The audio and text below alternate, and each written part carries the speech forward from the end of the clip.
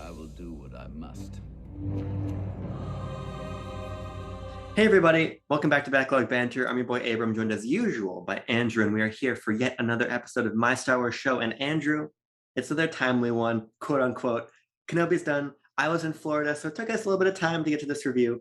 But we're here to finally talk about maybe the premiere Disney Plus Star Wars show. We'll get to it, but before we do, if you want to talk to us about Star Wars and get the Backlog Bantha role, and unlike the ungrateful owners of said role, actually participate when I ask for submissions, you can join our Discord. Link as usual, top of the description or down there.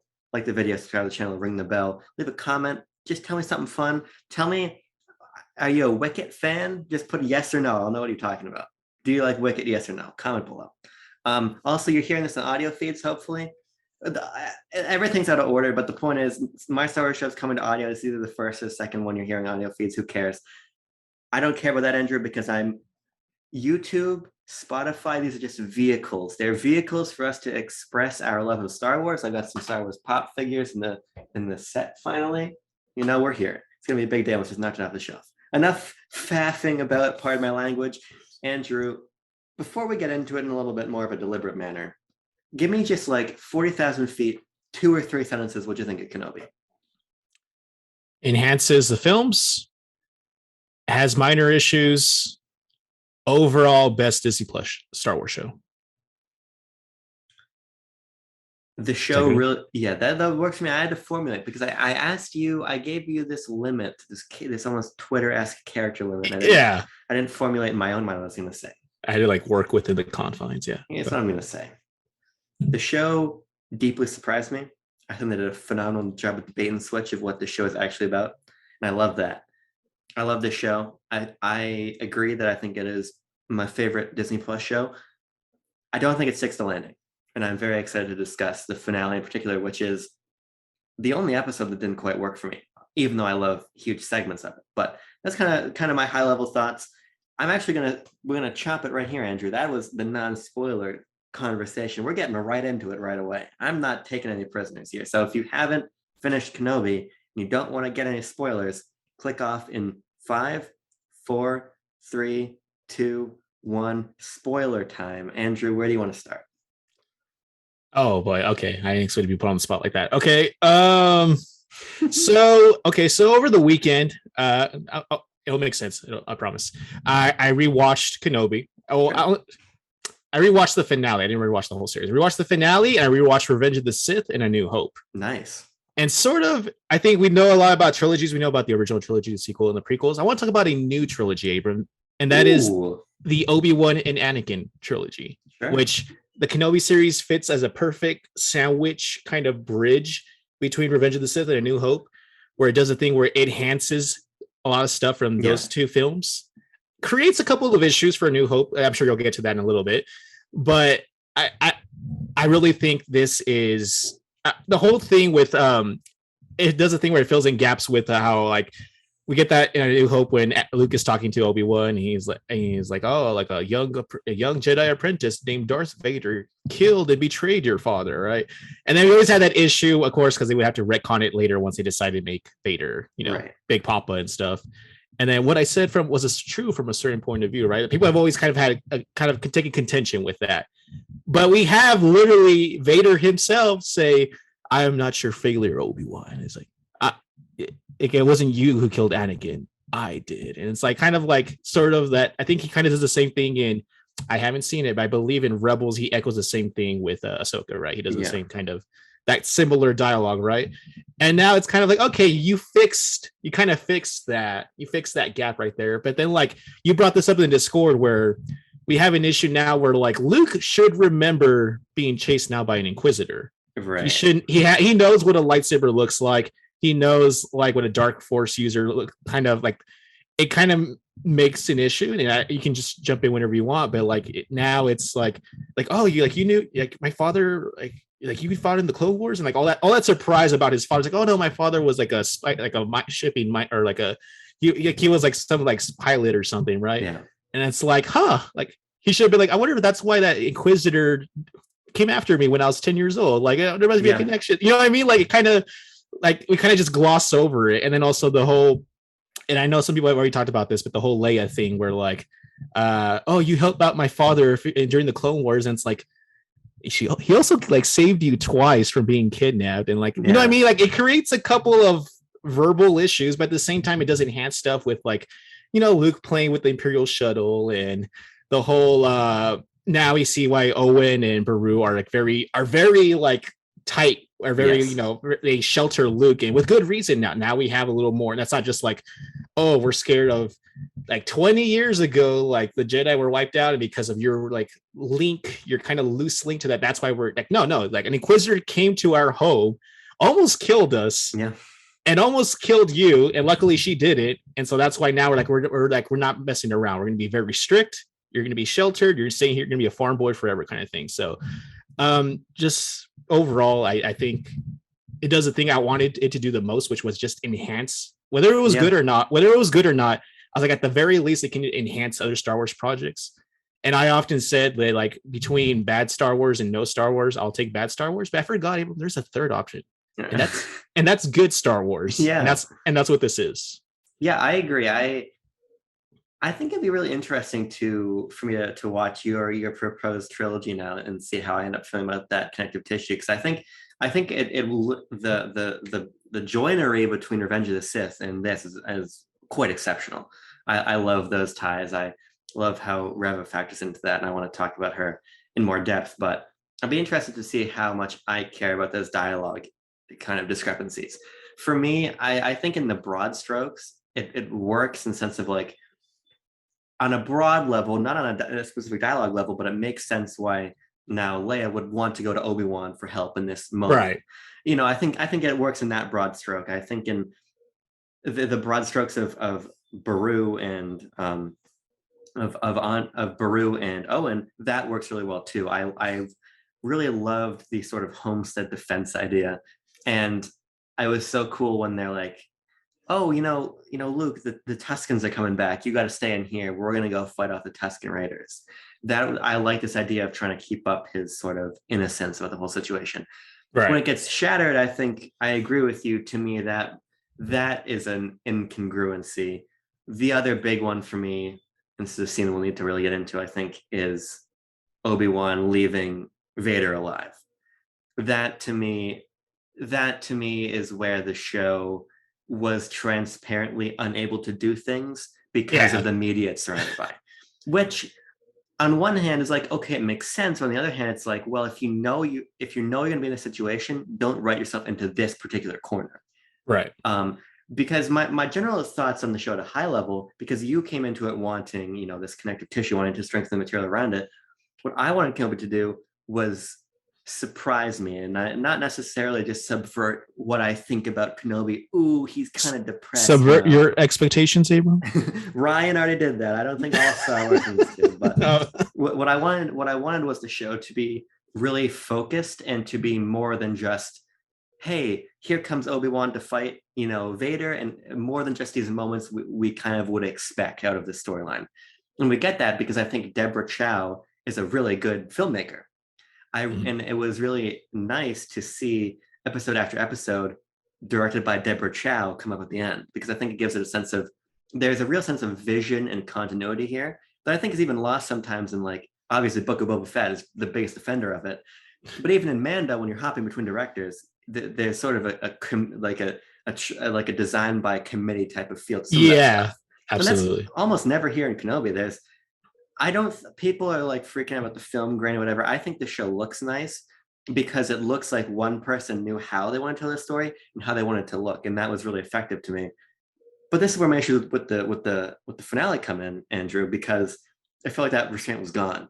It felt like tipping the old cowboy hat. Dave Filoni came into the editing bay and said, "Where's Qui-Gon Jinn? Where's Hello There? Where's Palpatine? Where's Palpatine? Where's X and Y and Z? How come we don't show on camera Luke getting the T-16? What is happening, Deborah? Where are these moments that people want, Deborah?"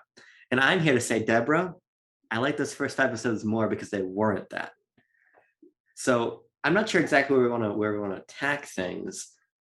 So I'm not even gonna give you the choice, actually, because there's one in particular I want to discuss. And it's what I talked about before, and it's this dynamic between Obi-Wan and Vader, because to me, it was really quite compelling until that final episode. So what do you think about how we see these two interact across the entire series? I mean, okay, so the first time we see them, obviously post Revenge of the Sith, right, is like when he does that brutal, like dragging him across the coals kind of thing with the flames and stuff, right? And then just the way that kind of ended, where it was like, this is the thing with Star Wars, is like sometimes there's certain choices that are made, and like how you kind of bring up the like how it ended, but also like here with me, it's he could have just dragged him further and he just didn't. He just kind of left him there. It's like, let's retreat for now kind of thing. And I'm just like okay, yeah, because you have to. I mean, again, it's the same issue with Revenge of the Sith, where like you have the Yoda and Palpatine fight, and like there's no stakes because you know exactly like both Return and Return of the Jedi, and of course Obi-Wan and Anakin's like how these things are going to turn out. So it's like, how can we have like these like conflicts and clashes and like still kind of write our way out and stuff. So when he of course we talked about how that dramatic moment when he finds out when Reva kind of does a taunt and tells him like like he's alive, and like you see the shock on his face, right? Like a great moment. That was a great moment and stuff. And then they come across each other on I forgot the name of the planet, but the one with the not so obvious kind of like MAGA guy, the mole, right? With yes. And so they have like that. Vader's just like pissed, just killing bystanders for no freaking reason at all. Yeah. And he obviously gets to Obi-Wan, right? He has the whole issue with the fire and stuff. And then he gets away. Obi-Wan gets away, I mean. And then we see again, they don't directly battle, but when they're on episode 5, I can't remember the name of that planet, but with the decoy ship and everything, and Vader's going like full Force Unleashed, stopping the ship, tearing it apart. He does all of that, and then like in the background, you see like the actual ship take off, and Vader's like, oh man, like no, I gotta wait now. My Force needs to recharge. I was too caught off guard. I can't reach for it. Like what I mean? Like it's kind of like it's almost like kind of video gamey in a way, I think, where like their interactions where like he just barely misses him, and then finally on episode 6, of course, he's like where he does. I love how pissed off the Grand Inquisitor is. Like he's like, no, like we should go after the rebels or whatever. Like we can end it. Like there's like, nah, like forget him. Like I just care about Obi-Wan. He's like, he kind of like has to like bite his tongue, kind of like like doing like this kind of smoldering, like whatever. Hey, like you're the boss, like whatever you say, like kind of thing. And you can tell like he's like, like I don't know if that's the best use of time, but like I'm not gonna say, I'm gonna stay quiet. I'm not trying to get killed again right here. So, but so I think so. Your question was overall the dynamic of Obi-Wan and Vader. I don't think you could. I know you just say you weren't thrilled about the finale, but I think for me, most of the emotional core of the show is that finale. Is that whole, like when he calls him Anakin, we can see like he's not saying you're breaking my heart, right? Like Padme, but you can kind of you can see like he's tearing up, and it's like, oh, when that happens, Abram, like I felt that. I was like, oh, and at the end when he just like again, he can't kill him, right? Because we have a whole trilogy of movies after this. He can't kill him. He's just like my friend is truly dead. Like kind of echoing what Luke says, like my father is truly gone, kind of thing, right? And then he just says, "See you later, Darth." And that's like again because Darth is a title, right? But here he calls him like it's like his first name because in A New Hope he says, "Oh, you're only a master of evil, Darth." Like we don't at that point because at that point we didn't know that it was a title, right? It was just a name. And so now again the connective tissue there, connective tissue calls him Darth here, calls him Darth in A New Hope. It's like poetry, right? It rhymes and all that.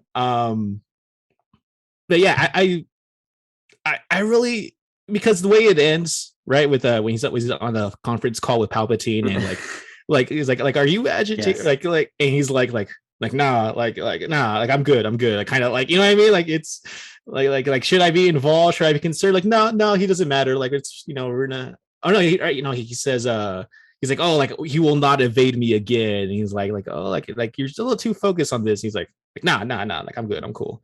And it's just kind of like you can tell, and I think that kind of leads into the original trilogy where Vader does have these unresolved, I think, kind of feelings in regards to Obi-Wan, where that he's kind of now like I want to get this punk, and like it's like no, focus on Empire stuff. Like I don't know. What do you think, Abram? Yeah, I feel like I agree with you. I think that in large part, a lot of the emotion comes from these characters, right? And I think about it as what if I was in that writer's room, right? Or conceptualizing the show. Do you even put Vader in the show? And part of me is like, no, you don't even put Vader in the show because it's just going to open up it's going to put you in too many weird binds. Yeah. But at the same time, then I think like, but there is so much untapped emotional potential by not exploring that, right? And what I'm coming around to a little bit is like having Vader in the show was probably the right move.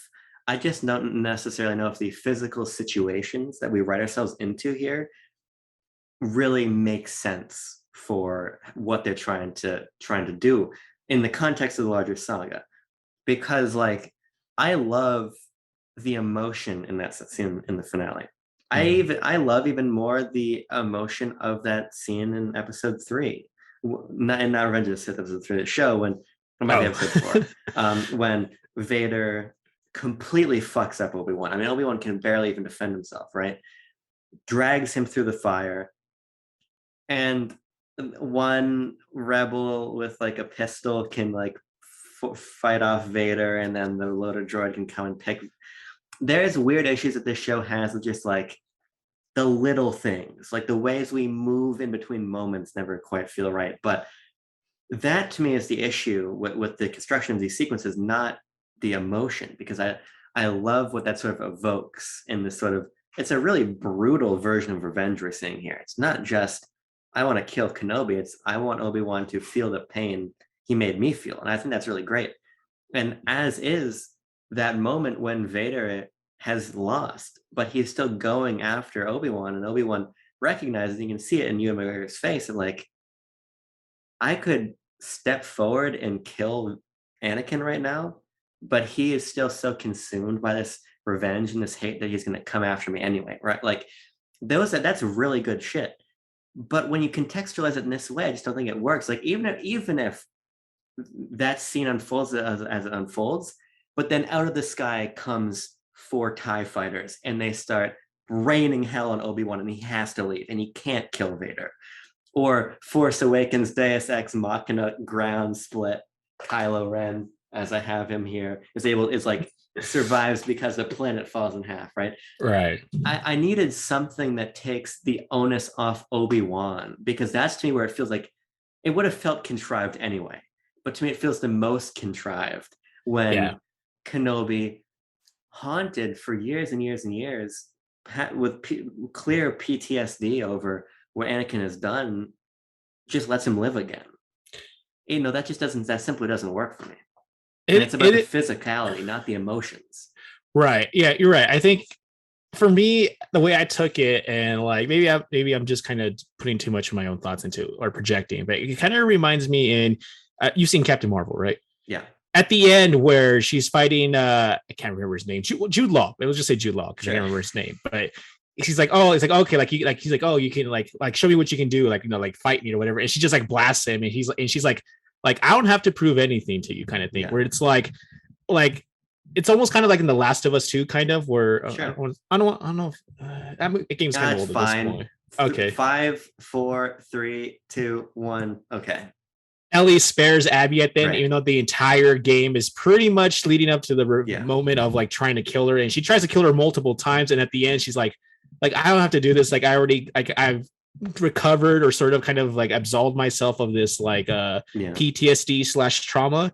I think that's kind of how I read that situation where Obi-Wan almost kind of pities him in a way, and it's kind of like I get what you're saying, Abram, where I feel like obviously it would be within his character, because I mean they were fighting to the death. He's freaking goes anime on his ass and throws boulders at him and like does all this stuff that implies he's trying to end this, like literally end this. Yeah. And then at the end he's kind of just like, I think it's that moment where he's like I tried everything and like I can't get through to you, it's kind of like a relationship where like I'm done, and he just kind of like walks away.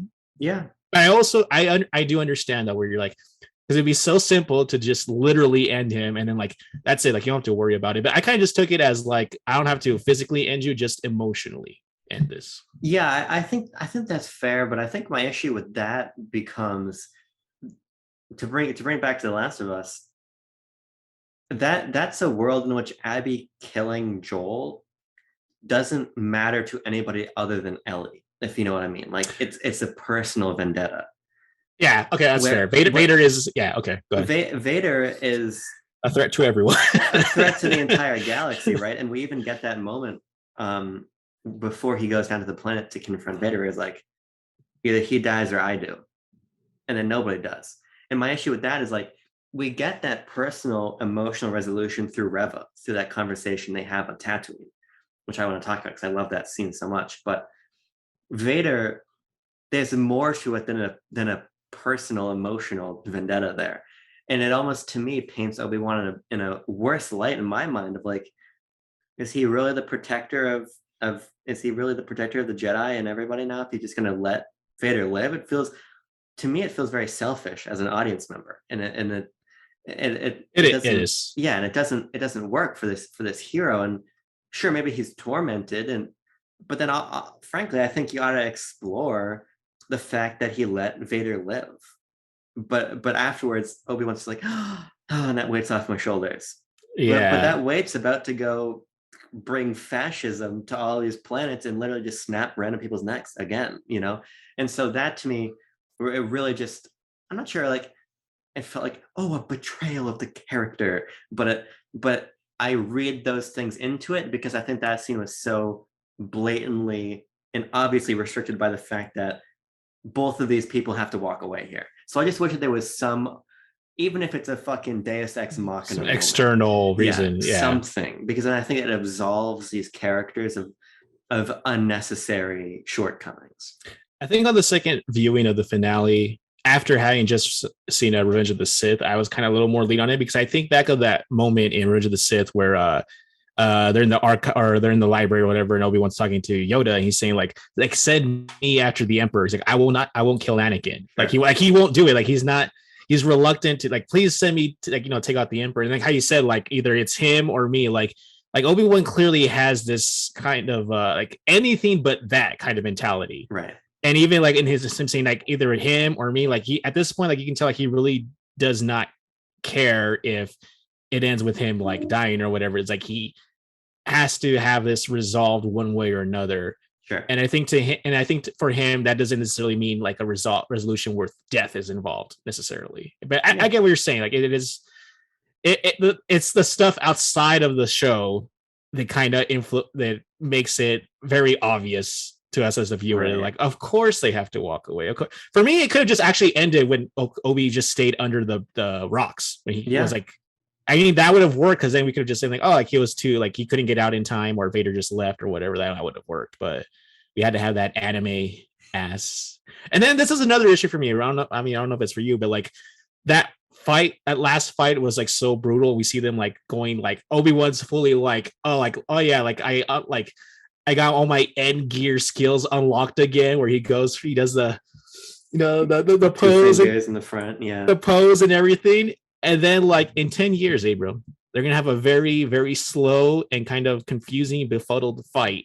Yeah. And that's one of those things again where I say like there's things where it enhances and then other things where it kind of creates issues. And I know 10 years is a long time. I know that's a decade. I've lived 3 decades. I know.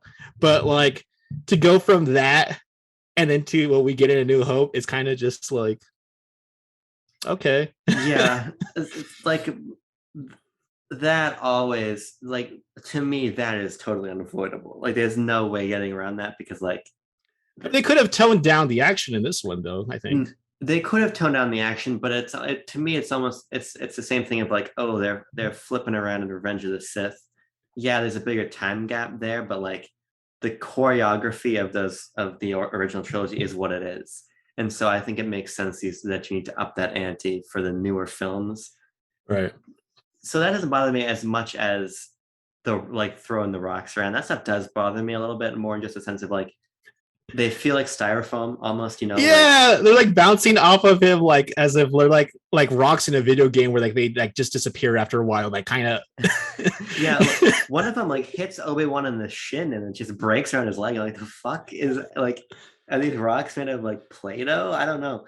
At a certain point, I feel like it's just overly nitpicky, but some of that stuff does take me out of the scene a little bit. Whereas like there's something to be said just for a solidly choreographed fight. I mean, in that what is ostensibly like a gravel pit where they fight, where Vader just kicks his ass.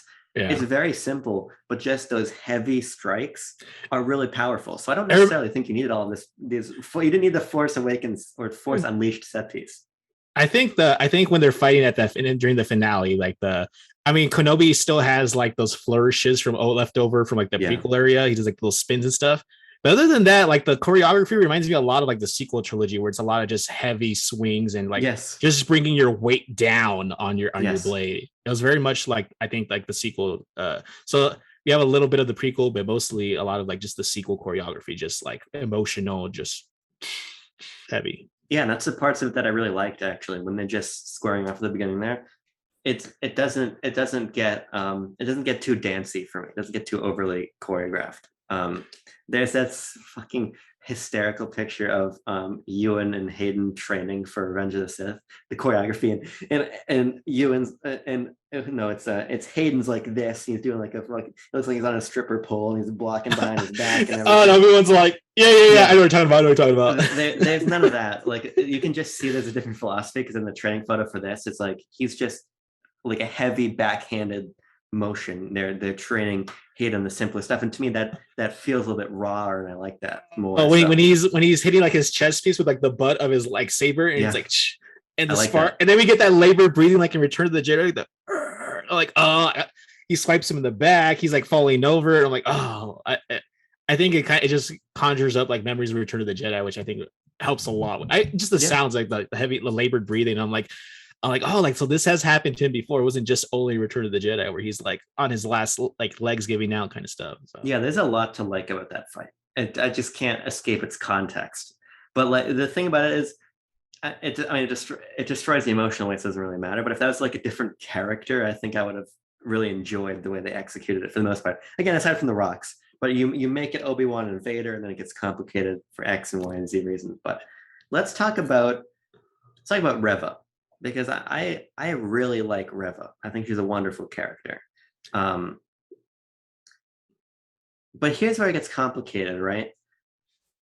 I don't think they ever, in my opinion, I don't think they ever aptly explain how she understands who Vader is. What do you think about that? How does that fit together for you nicely? I think it does, because we get those flashbacks where she's a kid. She clearly sees Anakin's face with the clone troopers, and like they're coming in and slaughtering it, and how she says she like used one of her friend's bodies to kind of like hide, and and I think that detail kind of just like, because it reminded me of the most recent tragedy where someone literally did that too in the classroom and stuff, and I was like, oh man, like this kind of sucks. But no, it does suck, but I didn't think it was that weird, because she saw it was Anakin. Everyone knows who Anakin Skywalker is. He's like, we've heard, he's like the hero of the Republic and all that, all that Republic propaganda and all that. And so she recognizes him. She knows what's going on. I don't think it's that much of a leap to see the one Jedi who is leading the clone troopers is also the Sith Lord who's leading the stormtroopers. I don't think that's that hard. What I think might be interesting is, although it could be explained also, is like how she's aware of the relationship between Obi-Wan, but then I would think, they know obviously like that's Master and the Apprentice and stuff kind of thing. So I didn't think that was that weird. What I do think is weird is just how lightsabers have kind of lost their fatality, or their ability to kill with a single stab. Like I saw a meme with like the Grand Inquisitor and Reva, and then just Qui-Gon just looking kind of miffed, because he like took one to the chest too, but he's like, to the abdomen, right? And the lethality of the lightsaber is kind of lost a bit with the Grand Inquisitor surviving a stab, Reva surviving a stab, and they kind of just go on. I mean, we don't need it for the Grand Inquisitor, but just for the audience who's not aware of like the other Star Wars properties around it, just like he's back, like it's like somehow the Grand Inquisitor has returned. It's that kind of, you know what I mean? Like, it's just kind of funny how, I mean, I know for story purposes they have to survive, but we have to kind of like kill them off for like their antagonist, right? Reva has to believe the Grand Inquisitor is dead. Vader has to believe that Reva's dead, all that and stuff. And it just, I don't know. I wish there was a better way of doing that, because that means Qui-Gon got like the bummy end of that deal. So yeah, I mean, it'll never get more egregious than Maul surviving. Yeah, I mean, that's fucking ridiculous. When I really think, like, if as a kid, when Maul comes back for Clone Wars, I was like, this is the coolest thing ever. If Maul came back today, I'd be like, are you fucking kidding me? We see two separate halves of him fall down a bottomless void, and he somehow survived. I don't know. Like, surely if he survived that, like, the fall should have killed him. Right, the fall should have killed the two disparate halves of Darth Maul that fell down that hole. But yeah, when the Grand Inquisitor, to me, like, I don't even really know why he was in the show. I like his portrayal, though. He seems very like charismatic and very like intimidating. I think I like his portrayal, but also he's just never in it, really. I mean, he's there for this. Yeah, but he doesn't even do anything in the end, really. He comes back, she's like, "Hi, Reva, you thought I was dead? I'm not." And then he doesn't do anything in the finale either. You know, like, and maybe it would have uncomplicated things just a little bit and gave Rev a little bit more time to breathe, or the other two Inquisitors who are like in contest. What happened to Sun Kang's, that was it, the fifth brother? I think the one with the hat. Like, what happened to him? He just disappeared, and we never really saw him do anything at all. He was just there, and I'm like really, like, you were gonna have him, like, I don't know, I thought maybe I think Reva's redemption was kind of telegraphed. I think most of us saw that coming, but I would have expected her to at least have like kind of like a last, show off with showdown with them or something. And it's just like nah, we gotta keep this homeboy alive for Rebels. Like, you gotta get him out of here. You know yeah, I mean? Like, I would have loved to see. At a certain point, it gets me just writing a different show, but like, I would have loved to see the big climactic battle at the end of the show be like Reva and Obi-Wan fighting and killing Inquisitors who are going after Luke or Leia or somebody, right? Like, unencumber these interesting characters in Leia, well, that's not what I'm saying, Reva and Obi-Wan, from these unkillable characters. Like, Grand Inquisitor can't die, Vader can't die. There's a shit ton of Inquisitors, though, and plenty of them, they can die whenever the fuck the show requires them to. So, like, it would have been cool to see Reva get a big badass moment, right? Because I just, like, it just feels to me at a certain point like her situation in the storyline is a little bit arbitrary. Just because I love her relationship to Anakin. Mm-hmm. And I knew from the beginning that she was going to turn. I said in the Discord, there's time-stamped proof that I knew this was going to happen. And I like that arc a lot. But it's just like, if Obi-Wan couldn't feel through the Force and know who Vader was, like Reva can, it just to me, it feels like we've lined up these pieces because these pieces need to line up, which I can forgive, though, for the most part, because I really like Reva, and to me, she's honestly the most interesting character of the show. I think this idea of this undercover, ambivalent Force user who is not even really interested in the light for most of the series, more than happy to blatantly kill people. We see she's very brutal being in the show, but she's still doing it with the intent of killing Vader. I think that's a really interesting line she walks there. Like, we don't see her in Mos Eisley at the beginning of the show, like, tell Benny Safdie, "Ooh, run! I'll get you out of here!" Right? Don't tell anybody. She's like, "Fuck it! I'm gonna kill him. I'm gonna kill him if it gets my way. I'm gonna do whatever." But she is this kind of secret force in that conversation that she has with Obi-Wan through the wall. That is actually, I think, probably my favorite episode of the entire show. The fifth one. Yeah. Okay. The fifth episode. That conversation after the wall is so harrowing.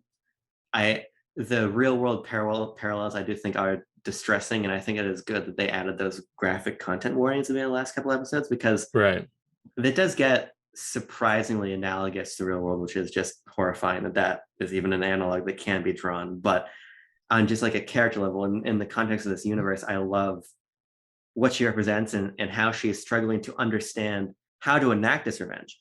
And Moses Ingram, I think, is just one of the best actors, anybody that we've gotten in Star Wars. She knows how to act. She's absolutely proven herself, and I know she's like a stage actor from Yale and everything. So okay, that doesn't surprise me now. Yeah. Okay. She's got an incredible pedigree, and you really feel that.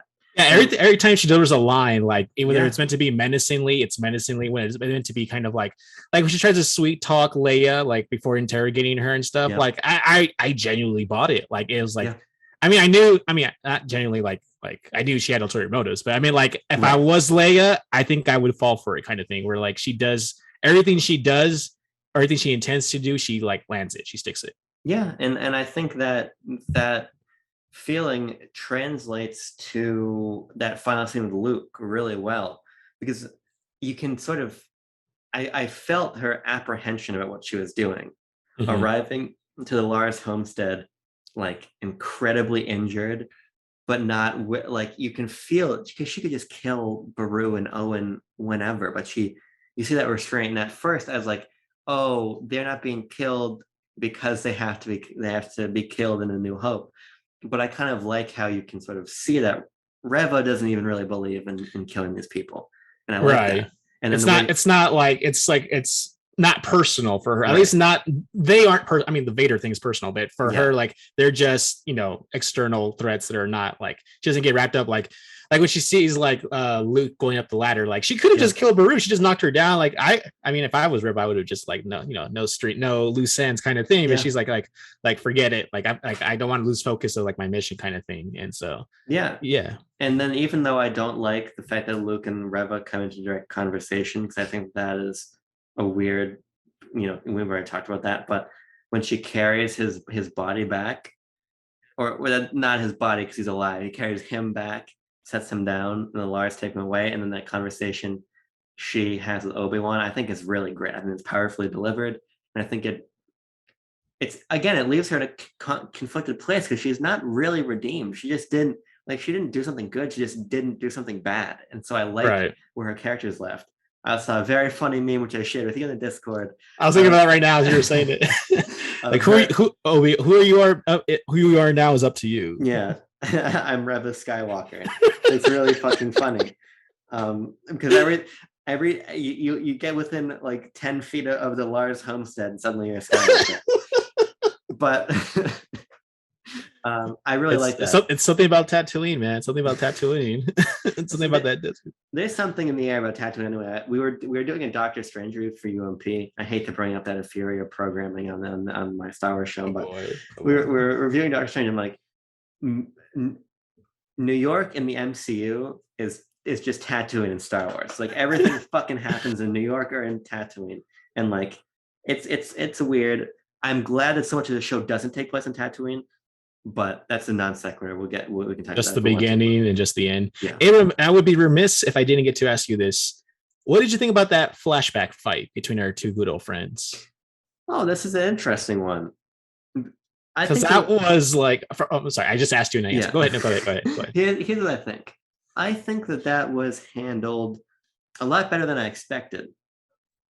I think there's a little bit. Are you familiar with Dear Evan Hansen, the film version of Dear Evan Hansen?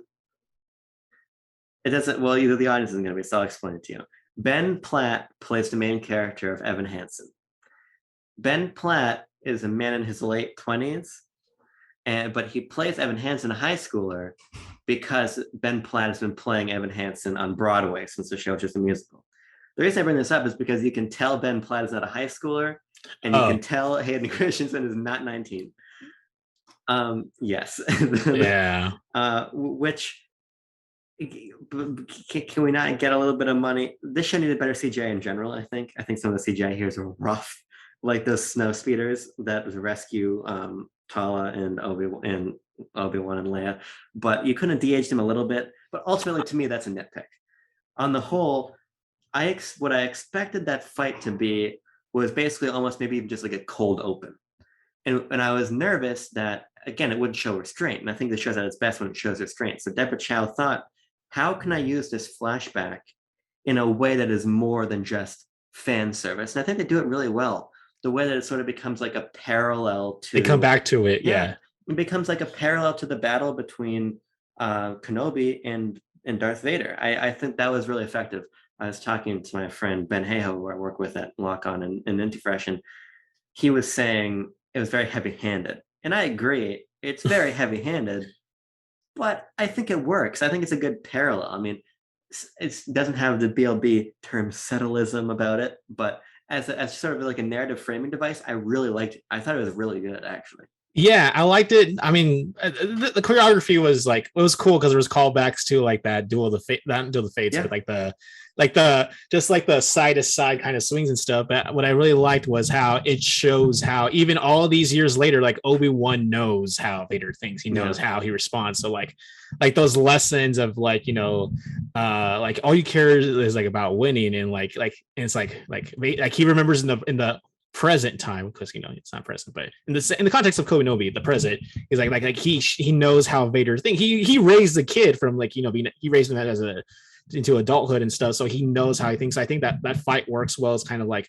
man, I keeps making the same mistakes. Like that kind of I like that. Yeah, from a narrative point, I think it works. But also it's just really cool seeing Ewan and Hayden like fighting again after like more than almost like 17 years later, having another. It's like it's very nostalgic, obviously, but it's like kind of like almost like a deleted scene in a way, if it wasn't for like the obvious like non-de-aging, where it's like the fact that they could have had this fight, they could have had this moment where like, you know, because we in the movies, because the movies have to, they're like 2-3 hours, whatever, you have to like move really fast, you don't get those moments really. And so the cool thing about Kenobi is how we're allowed to kind of see things where there's a moment where like they've trained, obviously they practice, and like they kind of glean, they have that, you know, that master apprentice like relationship, and it comes through very well right there. But also just like other stuff in the show with you know, Luke's with his uncle at the market looking for parts. Like, does it really advance the plot? No, it doesn't. But it's those moments where we get to see them actually live and actually exist in the space they're given. Like I like all that stuff. So like for me, that fight, heavy-handed, sure, but I think it does what it needs to do and a little bit more than that. Yeah, I agree. It's so like I saw Top Gun Maverick again with my it's fucking awesome movie. I love the movie so much. But I was watching it with my grandparents and my aunt, my sister, my younger sister, my mom, and I stood next to my mom. We were 6 across in this theater. So nice. I was watching with my mom. She's sitting right next to me, and the movie starts. She loves Top Gun. She's seen it like literally a dozen times. She fucking loves Top Gun. Every time you talk about your mom, she just seems cooler and cooler, Abram. She is very cool, and so she pokes my arm. It's when Maverick gets on his motorcycle and the music kicks in, right? He's like racing the jet. Yeah, and she like pokes my arm, and she's just crying because it's like this return to the Top Gun that she knows and loves. But yeah, it's like it's such a perfect encapsulation of like why she loved that old stuff, but it's newer, it's older, and to me that's almost what that scene felt like to me, seeing Obi-Wan and Anakin fight again. It's like, yeah, I watched the prequels till the eyes fell out of my head as a kid, you know what I mean? So seeing that moment was really cool, and it was yes, I popped them back in and watched the movie again. It was nice to see that and feel that emotion, but not have that be the entire function of the scene, have it also serve this narrative function. So I thought that was really good. Let's talk about briefly, because I'm not sure how much we really have to delve into here, but Tala and the Loader Bot. Okay. I really like them. What do you think about them? The Loader Bot, it just was there for me. Yeah. It didn't really, I mean, the whole sacrificial kind of thing was like cool and stuff, like trying to like take the hits, but like Tala, I can, because I've only seen her in Game of Thrones. Besides this, I could not separate her from that role in Game of Thrones. It's kind of like, it's like the John Krasinski issue I have with not seeing him as Jim from The Office. Yeah. So like seeing her character, like her like being like the double agent, like that moment in episode 4, I think I actually felt like kind of like anxiety when she had to get past the checkpoint. Like, oh, it's not gonna work. And then she kind of does like check our ranks. Like, I outrank you. Like, don't get in my way. Like, don't tell me what to do. And I'm like, oh, thank God. I felt like tense when she was like, you know, playing the Imperial role. I liked her a lot. Her sacrifice though, like I remember you mentioned in the Discord how like that kind of got to you for some reason. That didn't quite. I felt like I didn't know her long enough for that to resonate with me. But I overall, I liked her character. I thought it was a good inclusion. I liked how we had somebody on the inside who's kind of doing like the underground railroad kind of thing for the Jedi, like trying to get them, like, with we get that. Oh, Quinlan was here, right? We could kind of get like the different like this network of like operatives I've been trying to like keep these Jedi safe, like doing like a sort of like witness protection program kind of thing, and her kind of being like the face of that for the audience of like of that organization. I thought the role was well done. Yeah, I don't. So this is one of the moments that I teared up at when she died, and I'm not sure I really know why, because I think you're right. We don't get to know her that well. I do love her undercover stuff. I think that's just a moment of great tension when she is having to get to the checkpoint, and then again when she's talking to Reva, and this sort of knowledge that Reva's not buying it, but then in the nick of time she's saved, and we see her be a badass and get away from those stormtroopers. Like, I like that stuff a lot. Yeah. And the relationship she begins to form with Leia, I think, is really nice.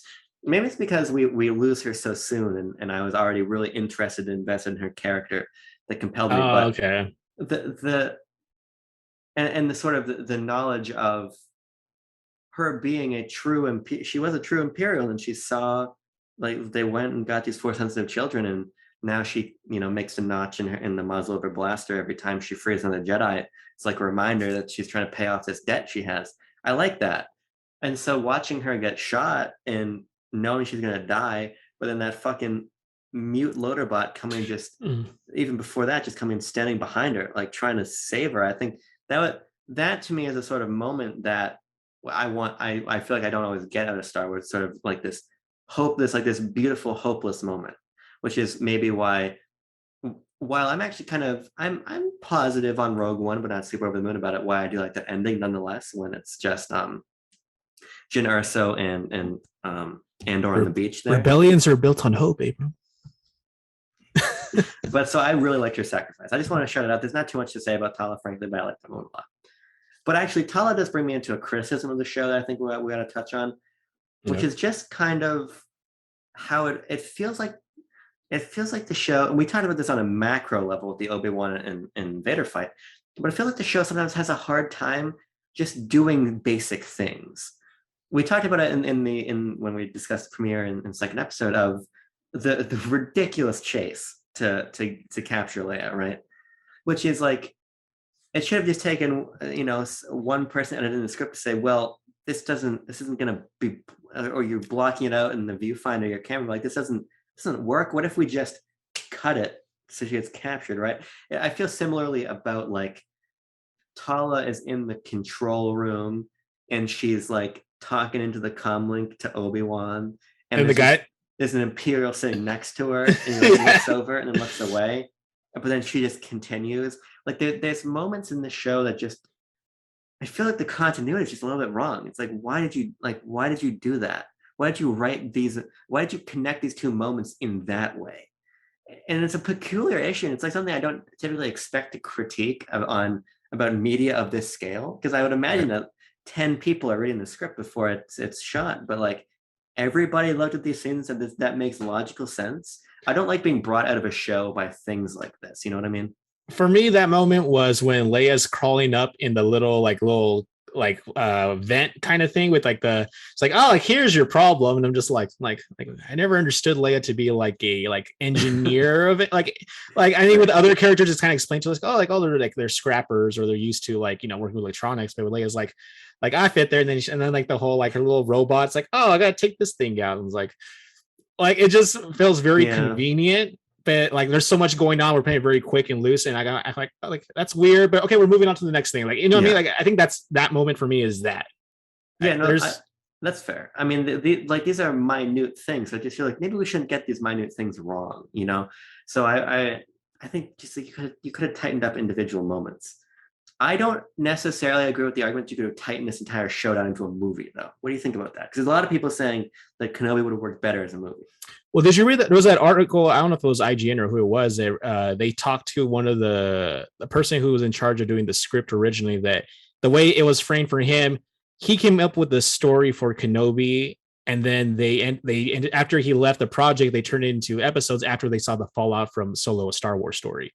So it was meant to be, it was originally pitched as a trilogy of Kenobi films, if you could believe that. And then they decided to just write that down to like individual, like they just turned each one into 2 episodes basically, and they kind of just wrote it as like an actual just show instead after the whole Solo fiasco and stuff. So I wouldn't be, considering that was the original pitch, I'm not surprised. Would it have worked better as a film or as a trilogy of films? I think we would have been stretching Kenobi a bit if we try to do a trilogy. Like there's only, you're trying to tell me like all this stuff happened and I mean, I know 20 years is a long time, but like just the way we leave Revenge of the Sith and how we go into A New Hope, like you can't imagine. Like I guess in that time I just expected Kenobi to just be a hermit for 20 years, but like I guess they were trying to squeeze a whole trilogy out, and I would have been like okay, but how would he have left his most important duty? And I think that's what they did really well with this, is like an other as equal important duty that is of course Leia, and so that works. But as a film, no, because I think this works better as a series, just because I mean it's easy to say that when we didn't get the film, right? Yeah. But also because those moments I mentioned to you where I like things just existing and just being lived, we would not get those moments in a film. I think in a film you're kind of pressed to 2.5 hours, introduce characters, introduce the plot, introduce all the stuff, still have like, you know, like climax and a resolution that makes sense. You could do it, but I think it would suffer for it. I agree. I mean, we did our hot takes episode how many weeks ago, and I said I think Star Wars works better as a series in general. And that was months ago. That's actually a good point. But technically, Andrew, I was born weeks ago, but just many, many, many weeks ago. You know what I mean? I guess. Sure. That's what I can do. The point is like, I think this wouldn't have worked better as a movie for me, and I think Solo would have worked better as a series. I would fucking love a Solo series, and that'd be so much fun. The Adventures of Han. Yeah, can you imagine, like Mando structure, true serialized episodic villain of the week stuff with young Han and Chewie. That'd be so cool. But that's another tangent. Here's the point. I don't think it would work better as a movie, but I think it would work better as an 8-episode television show. I think 6 episodes was too few. Yeah. 6 to me felt like we were rushing a little bit. I think the show takes its time nicely, but then when we leave 5 and pick up with 6, we got to rush. You know, I think you could have spent more time at the Lars homestead. You could have spent more time fighting Vader. You could have spent more time with those rebels as they're escaping. You know, it felt like all of a sudden it was almost a similar feeling that I had like watching Hawkeye or some of these MCU shows. It's a Disney Plus issue. Yeah. It's like, okay, we're gonna take our time. Then we're starting to trip over our feet. We're running out of space here, running out of ground. It's like, what's the finale already? It's like, oh shoot, okay, we gotta resolve some things quick. Yeah, and so I just don't understand why it wasn't an. But don't you think even if it was 8 episodes, they probably would still have that problem anyways? You think? Yeah, it probably would. But because there's Disney Plus, there's Marvel shows that are longer than 6 episodes, and true, they still have that problem. So there was a funny meme I saw, Andrew, which was it was you know in Revenge of the Sith when Obi-Wan and Anakin are on Grievous's flagship and R2 is controlling the elevators and they go the wrong way. They start dropping down. He calls R2 in the comic, goes, "We're going the wrong direction. We need to go down. We need to go up, not down." Yeah. And somebody posted Obi-Wan saying that, and then it's Mandalorian season 2, 8 episodes, but go with that 7 episodes, Kenobi 6 episodes, which is apt. I don't understand why we'd ever drop below 8. I think 8 is good, 8 or more. But I feel like episode 5 again, not Empire Strikes Back, but within it should be a better way of naming these. But the 5th episode of Kenobi, they call them parts, right? You're right, they are parts. Part 5. I feel like that would be one of the episodes you probably could have made a 2-parter, I think. And I feel like maybe a part 2, there you go, part 2, when he's on, can't remember the name of the planet, the Hong Kong one. Daiyu. That one also could have probably been made into a 2-parter, I think. Yeah. I feel like those two, we don't really, I would have wanted to spend a little bit more time in both of those settings, I think. Yeah, I agree. I just want to spend more time in the show in general because I'm quite impressed by it, despite my issues, despite kind of where I feel a little bit middling about that finale. I think the show is quite remarkable. But are there any other major points before you want to wind down? I was just curious to see what you think the fate is of a lot of because they introduce a lot of characters. Sure. We have I can't remember his name. He's in real life, he's Ice Cube's son. Yes. Rogan. I know it sounds like broken, but without the B. Yeah, Rogan is introduced, and it seems like he's gonna. the way Obi-Wan like the character like talks to him makes it imply like he's had like some great like destiny ahead of him. It's like Roken, like you're a good leader. We don't have that many of those. He says, I'm just getting started. I'm like, oh, like okay, is this like, is he giving us a hint that there's going to be more of him around? And then like with Reva, like we have no idea what happens to her. She's just, is she going to be? I hope she's not like resolved in a book or something. I would like to see her on screen again. So I don't like. What do you think? What do you think? I have a feeling that we might get one or both maybe in the Andor series if the timelines. I forgot when Andor is. No, yeah, it's after Kenobi, right? It's after Kenobi. Yeah, because it's supposed to be before the Rogue One movie, which takes place like a week before A New Hope. So, sure. And I think Andor's like 5 years before that. I don't remember. So maybe you might see one of them show up there. I think Roken makes sense for Andor. The X factor, Andrew, is if there's a Kenobi season 2, which Kathleen Kennedy was quick to trump it out as we came around to finale day, because they call us a quote unquote limited series, right? Right. But Kathleen Kennedy says, oh, it's a limited series, but if the fans like it, we'll do a season 2. Maybe we'll do a season 2. I think a season 2 might be a mistake. I don't really necessarily know that you are going to invite more compelling story opportunities by having Obi-Wan and more just escapades during this. I feel like you just open yourself up to more of the issues we're talking about, continuity and things. What I would personally love is a Reva show. Continue the narratives that you need here. Maybe have Kenobi show up sparingly in that, but I think if you're going to continue any of these characters, you should continue them with Kenobi not as like the poster boy for it. Okay, so I'm of two minds of this, Abram. Sure. Because so watching A New Hope right after, there's that line where after Obi-Wan's like sitting there doing his beard thing with his hand and like he's just kind of mulling over the hologram of Leia and stuff, and then he looks to like Luke and he's like, you must learn the ways of the Force if you're to go with me to Alderaan. And Luke's like, I can't. And he's like, Luke, like I'm getting too old for this. And like that line, like I'm getting too old for this, implies like he's had other adventures in the past few years and stuff. So it makes me think like I'm at the same point with you, Abram, where I think like the way we ended it, and like I know you didn't really you don't think it sticks. For me, it nails the ending, but like it sticks the landing and everything. And I'm just like don't ruin it. It's good. Don't ruin it. Don't get greedy. Don't get greedy now. At the same time, I really love seeing Ewan as Obi-Wan. Like I don't want him. I mean, he's gonna have to stop one day. Obviously, he stopped for a long time. But like, man, I just want to see him in this role so much more. But I feel like maybe, I don't know, if you can show up in like something else, like as like a extra character in something else, like how you said, like in a Reva show. Yeah. Do I want a Obi-Wan season 2? Yeah. No. But yes. But no. I feel like, that meme with that woman where she's like, yes. Like that, right? It's like I want more Ewan, but I don't want a continuation of this show in any way. Yeah, that makes sense. And I don't know. I feel conflicted, but then again, my what would I say, Abram? Between no Star Wars and bad Star Wars? No Star Wars. No, I'll take that Star Wars. I guess in this case, yeah, no. I want more Ewan. Let's just leave it at that. Sure. The last thing I think we ought to touch on is just how Obi-Wan's kind of arc and relationship ends as it pertains to Leia.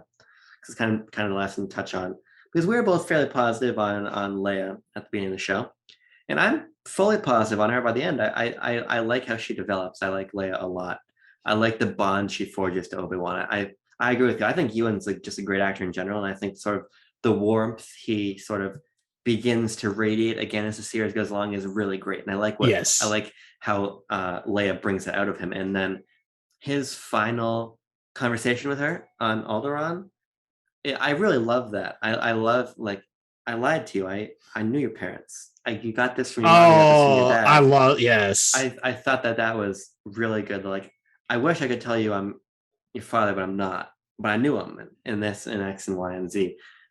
I think Ewan does a fantastic job as Obi-Wan, and I like watching him tap back into himself, seeing him lead the troops in 5, seeing him talk to Leia in 6. Oh, that's great. And I think Leia really comes into her own by the end. So I was positive on the beginning, but what they bring out of each other by the end, I think is really excellent.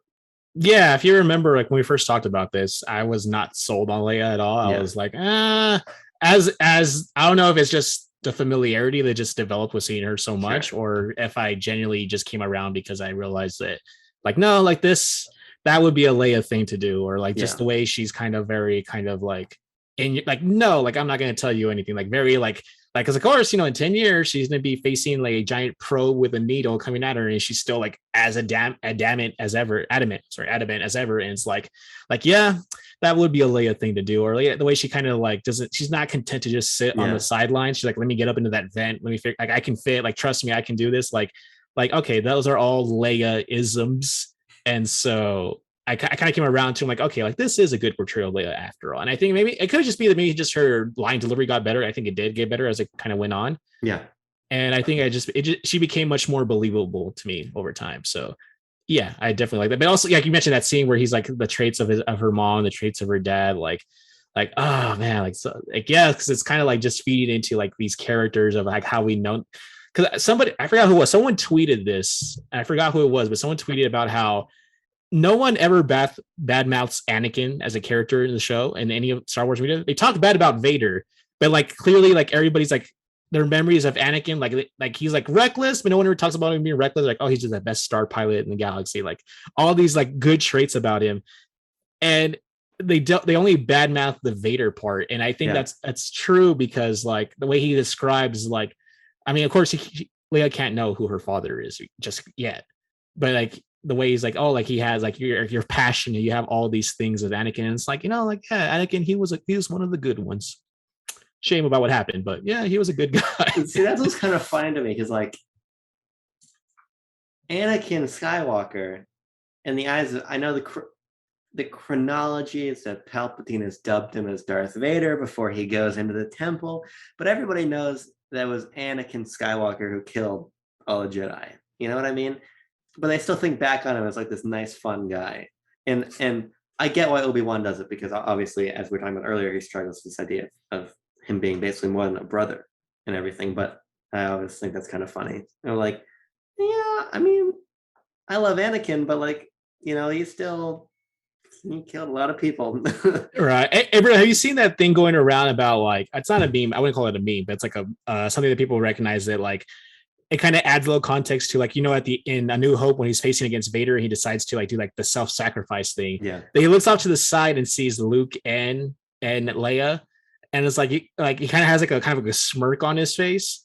And like before, it was kind of just like, okay, that was weird, but like it almost kind of like seeing them together, it's like you like kind of like they're gonna be all right, like they're reunited kind of thing. I don't know if you see anything extra in that, or maybe we're just projecting, or you want to see something that's not there, but I thought it kind of adds a little to that moment. Yeah, like at a certain point, it's all just like fan headcanon, because obviously George Lucas is not a fucking forward thinker. He doesn't plan ahead very, very far. It's poetry, Abram. It's poetry. And so, like, obviously, if he can't plan his own movies, he wasn't planning for somebody to, 45 years later, write in a justification for why Ben Kenobi looks over, sees the two together, and dies. He's happy they're reunited.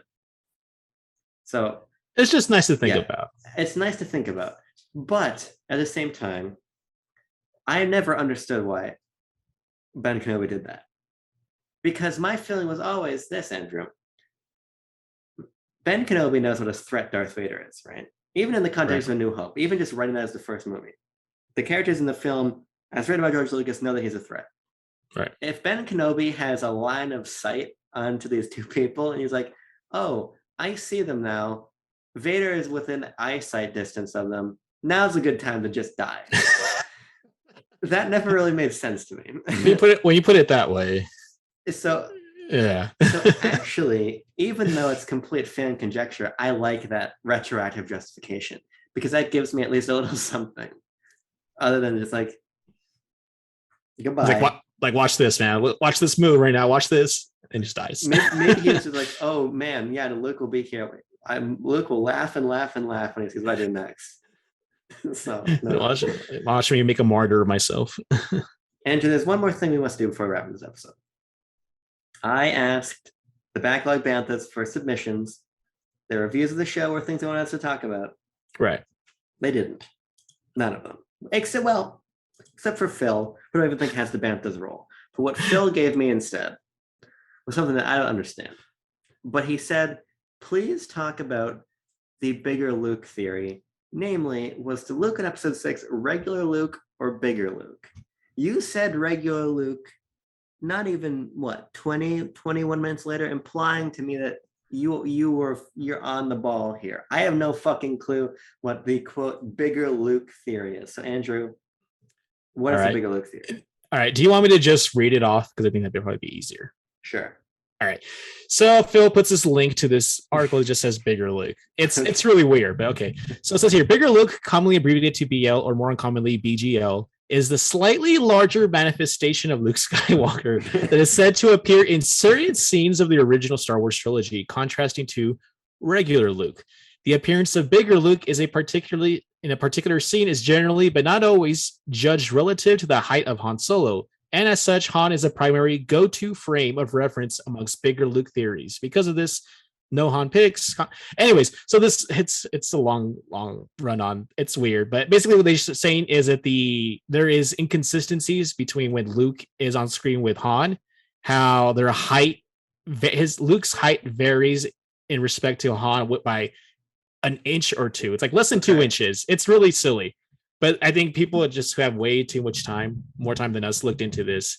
And there's like a scene where it shows like Luke's like 2 inches shorter than he is in other scenes, and it's weird. It's just a very, very the nitpickiest of nitpicks kind of thing. It's like that stormtrooper in the background who always hits his head on the doorway kind of thing. It's kind of like that, but I guess I don't know. I imagine because you know more about film than I do. I imagine there's probably sometimes we have to put people on like a Apple cart or those box things or whatever to just kind of like bring them up, kind of like the Tom Cruise effect kind of thing, kind of bring them up. So I think that's probably what's going on. I just said regular Luke because I'm not going to say bigger Luke because that implies that there's more than one Luke. So I just went with regular Luke. Right. Is the implication that somebody other than Mark Hamill sometimes his body double, like a body double or stunt double? The stunt double, but this doesn't make any sense, Andrew. It's weird. It's weird. It makes no fucking sense. Because why would you put the stunt? Because this page here, and I'll link this in the description of the video. Okay, so you click on it. Cool. This page here shows 2 shots from A New Hope when it's just fucking Luke, Leia, and Han in a hallway. Yeah. Why would you have the body double do Luke walking in a hallway? Mark Hamill's capable of walking in a hallway.